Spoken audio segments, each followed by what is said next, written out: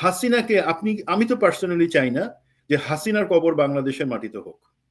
এই মাটি অনেক পবিত্র। এইখানে হাসিনার মতন ফ্যাসিস্ট, হাসিনার মতন খুনি, সেটা আজকের খুনি বলতে কোনো অসুবিধা নেই, আদালতে প্রমাণিত, তার কবর বাংলাদেশের মাটিতে হবে। তার বলতে তুই ভারতে পচা জিনিস, পচা জায়গা গিয়ে মর। এই যে অজিত দোভালের সাথে ইন্ডিয়াতে যে বৈঠক, এই বৈঠকটা আপনি কিভাবে দেখেন বা আপনার কাছে কি খবর আছে? ইন্ডিয়ান পত্রিকা এবং বাংলাদেশের পত্রিকা মিলিয়ে আমরা যতটুকু আভাস পেয়েছি যে হাসিনার প্রসঙ্গটা এখানে এক্সক্লুসিভলি আলোচনা হয়েছে, বাংলাদেশ ফেরত চায় হাসিনাকে। তো আপনি তো খোঁজ খবর রাখছিলেন, আপনার কাছে কি খবর আছে বা এই বৈঠকের গুরুত্ব বা এই বৈঠকটা সম্পর্কে জানতে চাই। জি, প্রথম কথা, এটা হচ্ছে কলম্বো সিকিউরিটি কনক্লেভ, যেটা একটা বাংলাদেশ গত বছর যার মেম্বার হয়েছে অফিসিয়ালি, যারা মালদ্বীপস আছে, ইন্ডিয়া তো অবশ্যই আছে, শ্রীলঙ্কা আছে, বাংলাদেশের অংশ। তো এটা একটা ফর্মাল বৈঠক। আমরা যদি সেই বৈঠকে আমাদের বাংলাদেশ থেকে একটা প্রতিনিধি দল বা নিরাপত্তা উপদেষ্টা যাওয়াটা যৌক্তিক কি না সেই প্রশ্ন করি, আসলে সেটা প্রশ্ন করার এখন সময় না। গত বছর 2024-এর নভেম্বরে আমরা যখন এই কনক্লেভের পার্ট হইলাম, তখনই আমাদের প্রশ্ন করার যদি কোনো কারণ ছিল, তখন প্রশ্ন করা যাইতো যে কেন আমরা ভারত যেখানে একটা লিডিং ফোর্স সেখানে বা লিডিং এলিমেন্টস সেখানে কেন আমরা যাব। তো আমরা সেটার অংশ।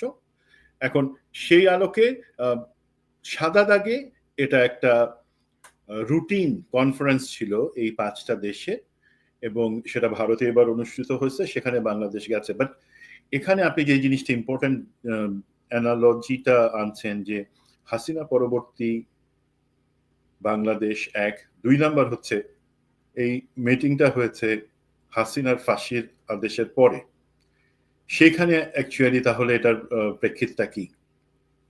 এখন আমরা একটু যদি প্রথমে আসি হাসিনার ব্যাপারটাতে। হাসিনার জিনিসটা কি দেখেন, আপনার সাথে গত মাসে একটা প্রোগ্রামে আমরা আলাপ করছিলাম।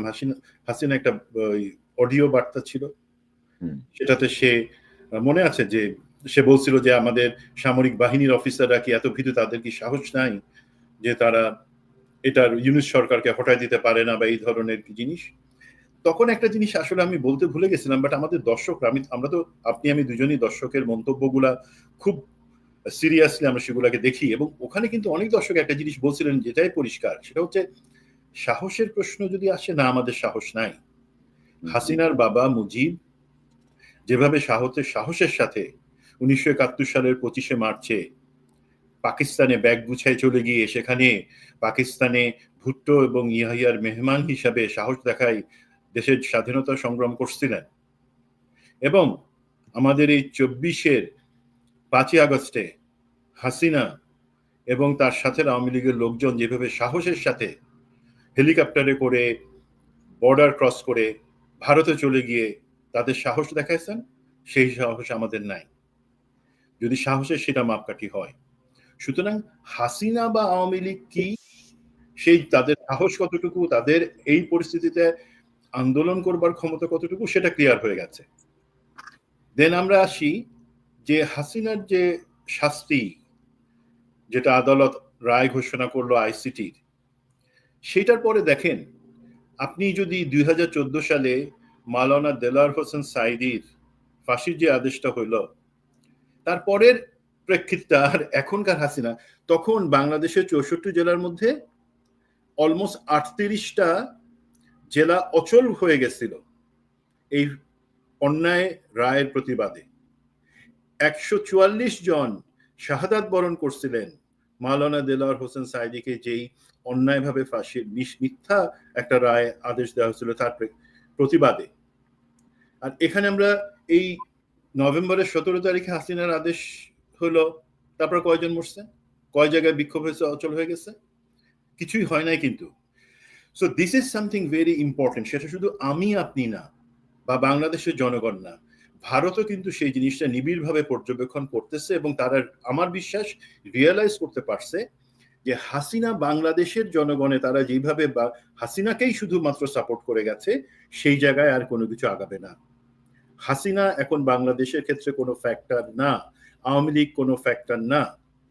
এই পরিস্থিতিতে যখন এই ইনভিটেশনটা আসে, এই কলম্বো সিকিউরিটি কনক্লেভে যোগদানের জন্য মোটামুটি আমরা সবাই ধরে নিয়েছিলাম, এবং আমার সাথে সংশ্লিষ্ট যেই মন্ত্রণালয় বা যারা ডেলিগেশন তাদের সাথে যে কথা হচ্ছে তারা বলছিলেন যে ওনারা সিরিয়াসলি চিন্তা করতেছেন না ওখানে জয়েন করবার জন্য।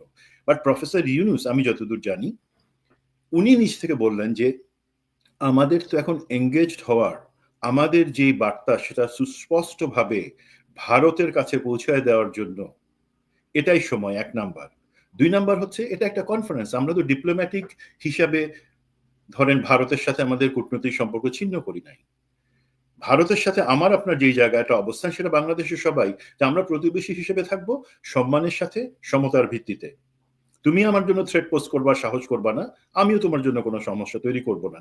এই বার্তাটা যেহেতু আছে সেখানে তখন সিদ্ধান্ত হয় যে ঠিক আছে, ডক্টর খলিলুর রহমানের নেতৃত্বে জয়েন করবে। এবং জয়েন করার পরে যথারীতি উনি ওনার আজকের যে ভাষণটা সেটা আপনারা শুনেছেন, সেখানে যে জিনিসগুলো বলা হয়েছে যে বাংলাদেশ কারো ইশারায় চলবে না, 1 নাম্বার পয়েন্ট। 2 নাম্বার বলা হয়েছে যে আমাদের উপর অযাচিতভাবে মিডিয়া আক্রমণ চলছে, এবং এই যে ভারত মহাসাগরীয় বা বঙ্গোপসাগরের নিচে যে অঞ্চলটা আছে, এই ঘিরে যে দেশগুলা, তাদের মধ্যে সিকিউরিটি কোঅপারেশনের গুরুত্বপূর্ণ, সেটা একটা এক্সপেক্টেড। এর বাদে যেটা হয়েছে, যেটা নিয়ে পাবলিক কিউরিসিটি এবং কনসার্ন, হ্যাঁ, ভারতের এনএসএ অজিত দোভালের সাথে আমাদের এনএসএ ডক্টর খলিলুর রহমানের একটা সাইডলাইন বৈঠক হয়েছে। এটা সত্যি, এটা অস্বীকার করবার কিছু নাই।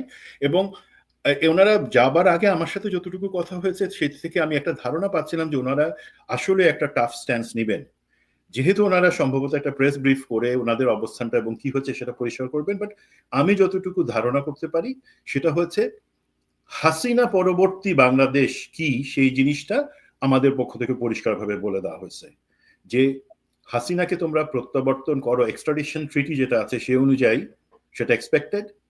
যদি না করো সেজন্য আমরা তোমাদের কাছে কান্নাকাটি করবো না, বাট লুজার হবা ভারত, তোমরাই লুজার হবা। সেটা হচ্ছে কি, আমাদের সাথে তোমাদের যে অমীমাংসিত জিনিস আছে সেখানে আমাদের তোমাদের কাছে চাওয়ার তেমন কিছু নাই, আমরা এখন নিজেদের মধ্যে চলতে পারবো ইনশাল্লাহ।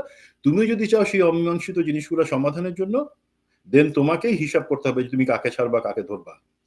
এবং আপনার একটা প্রোগ্রাম, আপনি বলেছেন যে ভারত সম্ভবত সমঝোতার দিকে আগাচ্ছে এই জায়গাটাতে, সেটা কারেক্ট। অ্যাকচুয়ালি আপনার অ্যাসেসমেন্ট যেটা ছিল সেটা আমি বলবো more or less very much correct. কারণ কি, আমি যেটা শুনেছি সেটা হচ্ছে ভারতের দিক থেকে কিন্তু তাদের সুরটা অত্যন্ত নরম ছিল, এবং হুমকির বদলে তারা জানতে চাইছিল যে ঠিক আছে, আমরা যদি সম্পর্ক উন্নয়ন করতে চাই, মনে রাখেন ভারত যে ট্রানজিট হাসিনার কাছ থেকে বিনা পয়সায় পাইছিল, যেই একটা ইকোনমিক জোন পাইছিল, বিদ্যুৎ, জ্বালানি, প্রতি ক্ষেত্রে তাদের যে ব্যবসা ছিল, সেই জিনিসগুলো কিন্তু বর্তমান সরকার স্থগিত করে রাখছেন।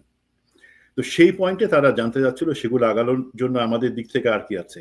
আমাদের পক্ষ থেকে সম্ভবত বলা হচ্ছে যে আমরা চাই সমতা, এবং তোমরা এই যাদেরকে আশ্রয় দিয়ে রাখছো এইভাবে জিনিসটা চিন্তা করো যে আমরা সিকিউরিটি থ্রেটের ব্যাপারে আলাপ করছি, সিকিউরিটি ন্যাশনাল সিকিউরিটি অ্যাডভাইজারদের মিটিং এ। আমাদের বাংলাদেশের জন্য সিকিউরিটি থ্রেট কি? হাসিনা ওইখানে বসে মুখ খুললে পরে যে বক্তব্য রাখতেছে, তার লোকদের দিয়ে যে আমাদের মধ্যে অশান্তি তৈরির চেষ্টা করতেছে, সেটা কি তোমরা মনে করো না যে আমাদের জন্য সিকিউরিটি থ্রেট? তো সেই জিনিসে ভারত, আমি যতদূর বিশ্বাস করি এবং আশা রাখি, ভারত আস্তে আস্তে অ্যাকচুয়ালি এই যেই পালাই গেছে যে বীর সৈনিকরা পতিত হাসিনার সাথে সাথে আওয়ামী লীগের, তাদের বেশ কিছুকে আস্তে আস্তে পুশব্যাক করে বাংলাদেশে পাঠায় দিবে, এটা আমরা আশা করতে পারি। এবং পুরা জিনিসটা, এবং আমি আশা করি না যে হাসিনার এক্সট্রাডিশনটা এই সরকারের আমলে হবে, পরবর্তীতে নির্বাচিত সরকার আসলে হবে। বাট আমাকে যদি কোনো ভাই আপনি পার্সোনালি জিজ্ঞাসা করেন, Hasina is a dead horse now. ওর ব্যাপারটা নিয়ে আমরা, ও শুধু ওর না, বাকি সবার বিচারটা আমরা নিশ্চিত করতে চাই। বাট একই সাথে কিন্তু হাসিনা হইলে আমাদের চলবে, ও না আসলে চলবে না, এমন কোনো জিনিস হওয়া উচিত না। হাসিনাকে আমি তো পার্সোনালি চাই না যে হাসিনার কবর বাংলাদেশের মাটিতে হোক। এই মাটি অনেক পবিত্র। এইখানে হাসিনার মতন ফ্যাসিস্ট, হাসিনার মতন খুনি, সেটা আজকে খুনি বলতে কোনো অসুবিধা নেই, আদালতে প্রমাণিত, তার কবর বাংলাদেশের মাটিতে হবে। তার মধ্যে তুই ভারতে পচা জিনিস, পচা জায়গা গিয়ে মর, আমার কোনো আপত্তি নাই। কিন্তু যদি ভারত সেটা নিয়ে গোয়ার তুমি করতে চায়, দে উইল বি লুজার, এবং আমাদের হাতে স্টিল বার্গেনিং টুলগুলো থাকবে। তো সেই প্রেক্ষিতে আমি মনে করব নিরাপত্তা সংশ্লিষ্ট কনক্লেভে বাংলাদেশে সংযুক্ত হওয়াটা সরকারের সিদ্ধান্ত, পরবর্তী সরকার সেটা ডিসিশন নিবে এবং সম্ভবত সেখানে যুক্তই থাকবে। বাট সাইডলাইনে যে বৈঠকটা হচ্ছে, আমি ধরেন আপনার প্রোগ্রামে ডক্টর খলিলের অনেক কাজের অনেক সমালোচনা করছি, বাট এই পয়েন্টটাতে আমি যেহেতু মোটামুটি নিশ্চিত এই লাইনেই আলাপগুলো হয়েছে, আমি আশা করব আপনারা যেভাবে জিনিসটাতে শক্ত অবস্থানে আছেন সেটাই বজায় রাখেন, তাহলে পরবর্তী নির্বাচিত সরকার আসলে পরে তারা কিন্তু সেইখান থেকে আবার শুরু করতে পারবে, রিভার্স হওয়ার সুযোগ তাদের খুব কম থাকবে। তো আমি আমি আপনার লিখিতের সঙ্গে একমত যে ধরেন আমাদের তো আসলে মানে আমরা তো আসলে কারো পক্ষে বা বিপক্ষে না।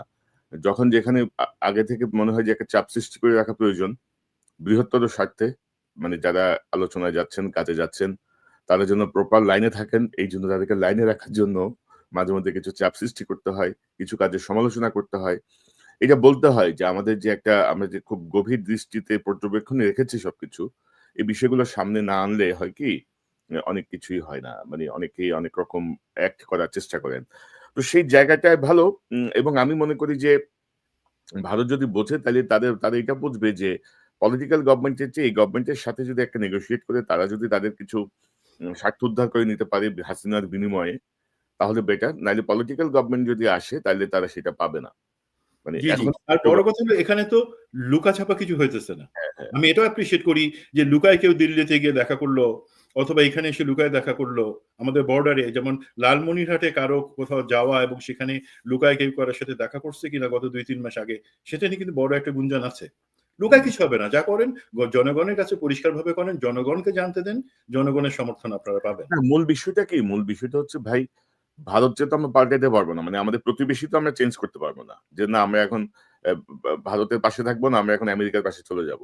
আমরা এখন সৌদি আরবের পাশে চলে যাব। আমাদের প্রতিবেশী হবে। সেটা তো সম্ভব না। সো যতটুকু সম্ভব অর্থাৎ যে কথাটা যে আপনি আমার অভ্যন্তরীণ বিষয়ে নাক গলাবেন না, মাতবরি করবেন না, আপনি দাদাগিরি করবেন না, আপনি মানে প্রতিবেশীর মতো থাকেন। হাসিনার যেই সুবিধা দিছে আপনাদেরকে ওইটা শেষ। ওই চ্যাপ্টার ওভার শেষ। ওইটা বুঝতে হবে।